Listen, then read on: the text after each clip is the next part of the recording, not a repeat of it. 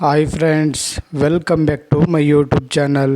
ನೋಡಿ ಫ್ರೆಂಡ್ಸ್, ಇವತ್ತಿನ ವಿಡಿಯೋದಲ್ಲಿ ವರನಟ ಡಾಕ್ಟರ್ ರಾಜ್ಕುಮಾರ್ ಹಾಗೂ ಶ್ರೀನಾಥ್ ಅವರ ಕಾಂಬಿನೇಷನ್ನಲ್ಲಿ ಮೂಡಿ ಬಂದಿರುವ ಕನ್ನಡ ಚಲನಚಿತ್ರಗಳ ಬಗ್ಗೆ ತಿಳಿಯೋಣ.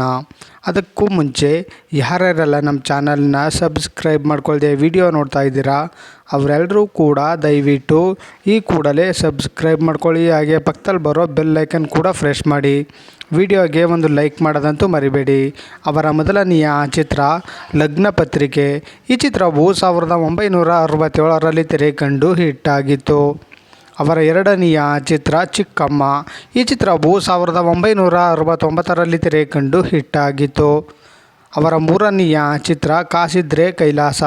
ಈ ಚಿತ್ರವು 1971ರಲ್ಲಿ ತೆರೆ ಕಂಡು ಹಿಟ್ ಆಗಿತ್ತು. ಅವರ ನಾಲ್ಕನೆಯ ಚಿತ್ರ ಶ್ರೀಕೃಷ್ಣ ರುಕ್ಮಿಣಿ ಸತ್ಯಭಾಮ. ಈ ಚಿತ್ರವು 1971ರಲ್ಲಿ ತೆರೆ ಕಂಡು ಸೂಪರ್ ಹಿಟ್ ಆಗಿತ್ತು.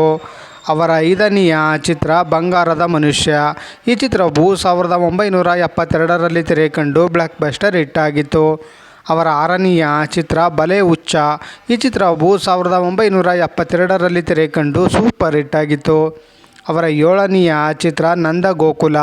ಈ ಚಿತ್ರವು 1972ರಲ್ಲಿ ತೆರೆ ಕಂಡು ಸೂಪರ್ ಹಿಟ್ ಆಗಿತ್ತು.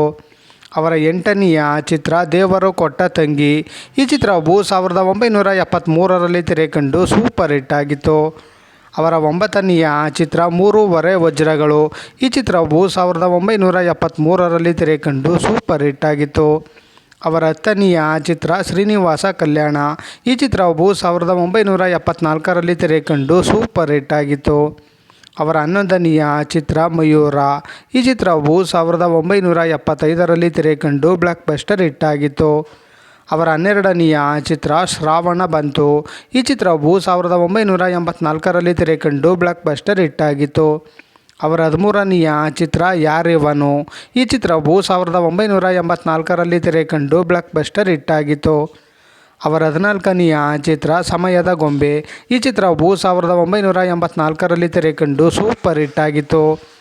ನೋಡಿದ್ರಲ್ಲ ಫ್ರೆಂಡ್ಸ್, ವರನಟ ಡಾಕ್ಟರ್ ರಾಜ್ಕುಮಾರ್ ಹಾಗೂ ಶ್ರೀನಾಥ್ ಅವರ ಕಾಂಬಿನೇಷನ್ನಲ್ಲಿ ಮೂಡಿಬಂದಿರುವ ಕನ್ನಡ ಚಲನಚಿತ್ರಗಳ ಬಗ್ಗೆ ತಿಳ್ಕೊಂಡ್ರಲ್ಲ. ಈ ವಿಡಿಯೋ ಇಷ್ಟ ಆದಲ್ಲಿ ಲೈಕ್ ಮಾಡಿ, ಶೇರ್ ಮಾಡಿ, ಕಮೆಂಟ್ ಮಾಡಿ. ಹಾಗೆ ಯಾರ್ಯಾರೆಲ್ಲ ನಮ್ಮ ಚಾನಲ್ನ ಇನ್ನೂ ಸಬ್ಸ್ಕ್ರೈಬ್ ಮಾಡ್ಕೊಳ್ದೆ ವಿಡಿಯೋ ನೋಡ್ತಾ ಇದ್ದೀರಾ ಅವರೆಲ್ಲರೂ ಕೂಡ ದಯವಿಟ್ಟು ಈ ಕೂಡಲೇ ಸಬ್ಸ್ಕ್ರೈಬ್ ಮಾಡ್ಕೊಳ್ಳಿ. ಹಾಗೆ ಪಕ್ಕದಲ್ಲಿ ಬರೋ ಬೆಲ್ ಐಕನ್ ಕೂಡ ಪ್ರೆಸ್ ಮಾಡಿ. ವಿಡಿಯೋ ನೋಡಿದ್ದಕ್ಕೆ ಧನ್ಯವಾದಗಳು.